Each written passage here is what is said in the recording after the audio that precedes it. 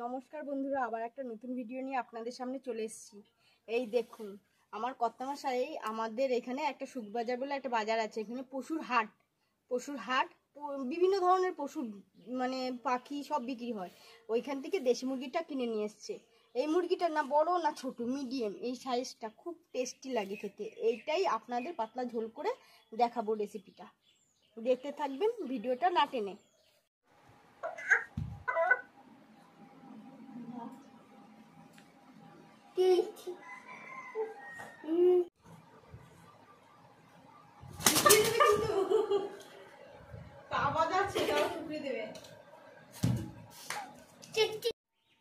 বন্ধুরা, মুরগির ছাল ঠাল ফেলে এই দেখুন আমার কর্তামশাই পরিষ্কার করে নিয়েছে মুরগিটা। এবার কেটে নেবে। পিস করো।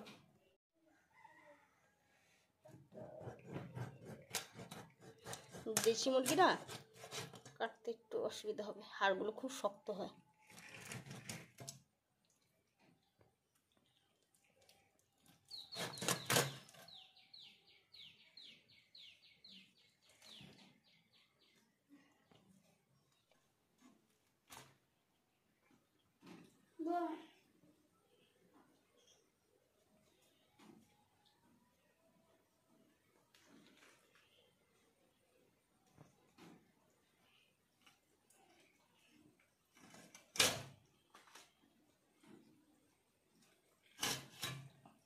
ঠিক আছে? হ্যাঁ ঠিক আছে, এটা ছোট ছোট পিস করবে। হ্যাঁ বন্ধুরা দেখুন, এই যে মাংসর টুকরো করা হয়ে গেছে, সব হয়ে গেছে তো। হ্যাঁ, এইবার ধুয়ে নেব। মাংসর আলু বড় বড় করে কেটে নিলাম।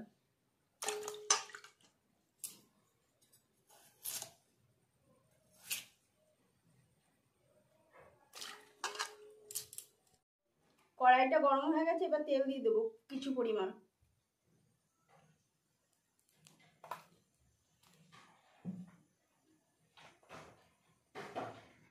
তেলটা গরম হয়ে গেছে, এবার আলুগুলো দিয়ে দেবো।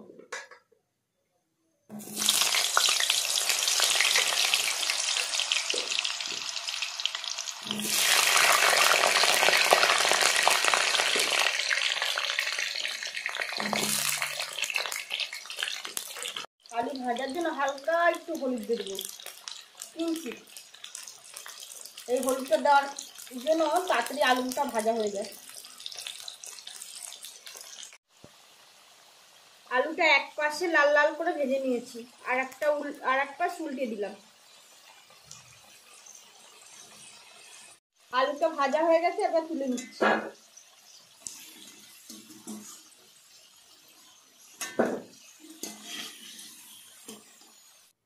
ফোড়নের জন্য অল্প জিরে, শুকনো লঙ্কা দুটো তেজপাতা আর ছোট এলাচের 3টে টুকরো করে নিয়েছি, আর অল্প একটু চিনি ফোড়ন দিয়ে দিলাম।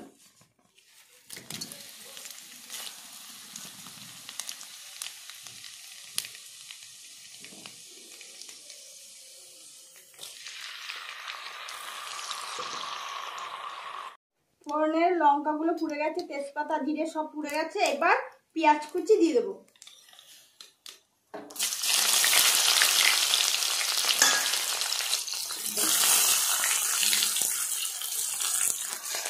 লাল লাল করে ভেজে দেবো পেঁয়াজটা।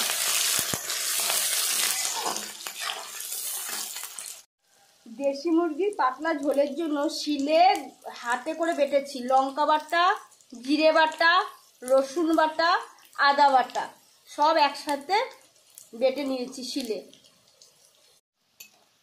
পেঁয়াজটা লাল লাল করে ভাজা হয়ে গেছে, এবার জিরে বাটা দিয়ে দিচ্ছি,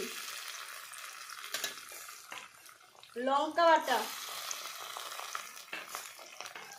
রসুন বাটা, আদা বাটা।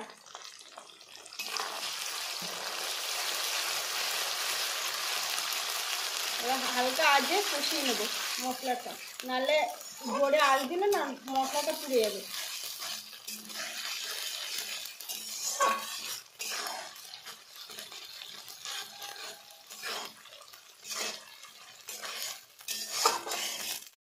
এবার টমেটো কুচি, একটা টমেটো কুচি করে নিয়েছি, সেটা দিয়ে দিচ্ছি।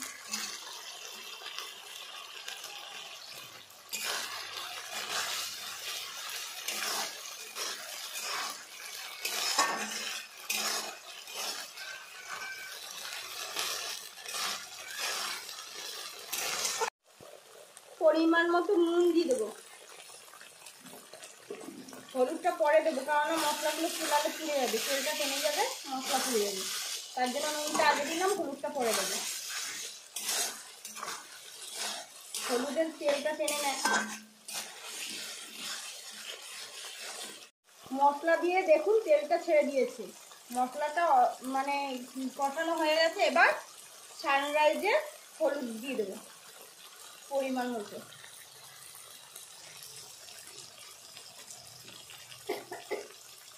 আমি মাংসে রসুন ভালো খাই, তার জন্য 4টে রসুন দিয়ে দিলাম।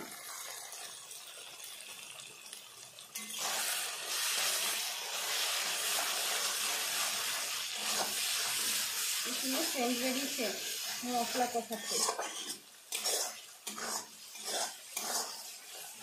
মশলাটা যত সুন্দর করে কষাবেন ততটাই টেস্ট হবে। আর মশলা যদি বাটা মিহি হয় আরও টেস্ট হবে। হাতে বাটার চেষ্টা করবেন, যেদিন দেশি মুরগি নিয়ে আসবে তখনই হাতে বাটার চেষ্টা করবেন। মিক্সারে মশলা না করে হাতে বাটলে খুব ভালো হয়।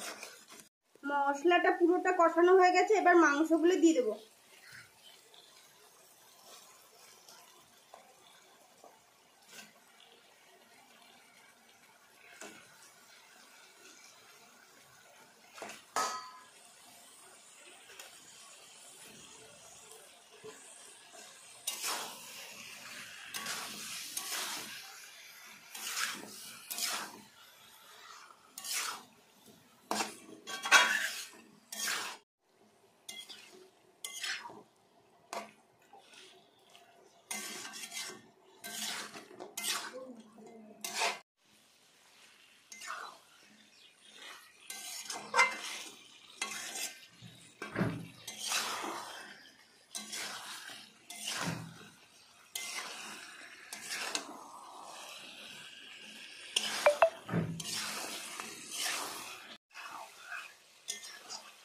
এবার আলু ভাজাগুলো উপর দিয়ে দিয়ে দেবো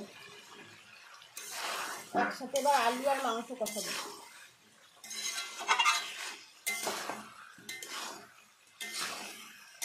একটু টাইম লাগে, অনেকক্ষণ লাগে। আর পোলট্রি হলে এতক্ষণে মাংসটা রান্না হয়ে যেত। দেশি মুরগি তো, আর যে জিনিসের টেস্ট বেশি সেই জিনিসটা তো থাকতেই হবে, আর অপেক্ষা করতেই হবে। অপেক্ষা না করলে তো আর ভালো জিনিস পাওয়া যায় না।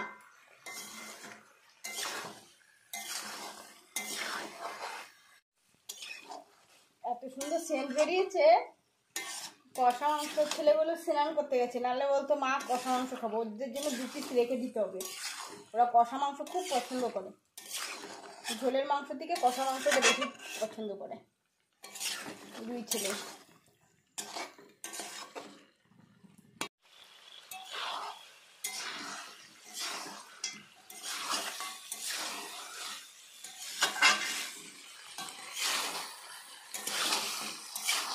এবার মাংস কষানো হয়ে গেছে, এবার জল দিয়ে দেবো। জলটা হালকা গরম করে নিচ্ছি, এবার দিয়ে দিলাম।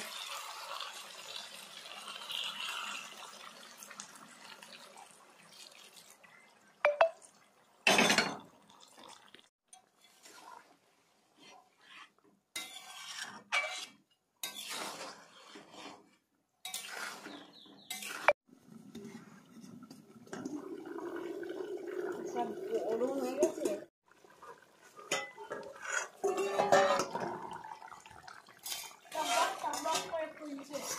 উঠছে টকবক করে, টকবক করে। কারা কে ছোটে টকবক টকবক করে?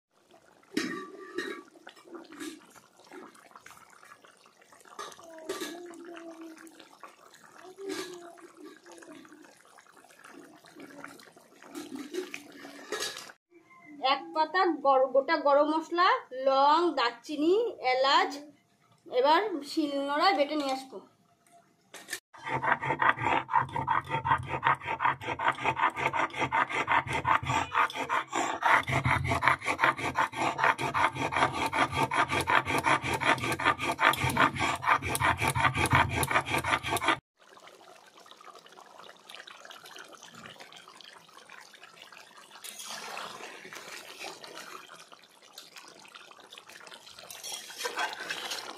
আমাদের মাংস হয়ে গেছে, এবার গরম মশলা বাটাটা দিয়ে দেবো।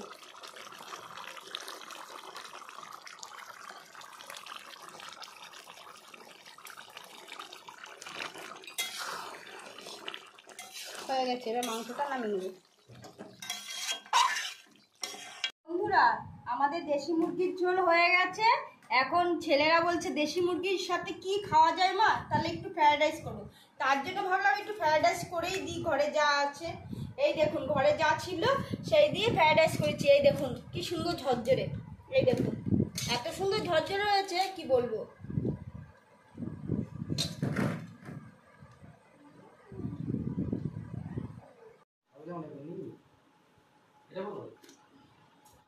অঙ্কন এবার কি রান্না করে তোমার? Fried rice. আর কি হয়েছে? কিসের মাংস?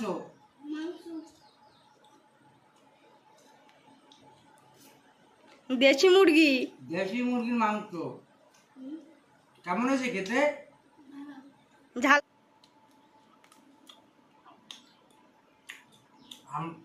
আপনারা আমাদের এই ভিডিওটা দেখে এইভাবে দেশি মুরগির ঝোল রান্না করে খাবেন, দেখবেন খুব সুন্দর টেস্ট হয়েছে। নমস্কার, ভিডিওটা এখানেই শেষ করলাম, পরে ভিডিও আবার দেখা হবে। টাটা।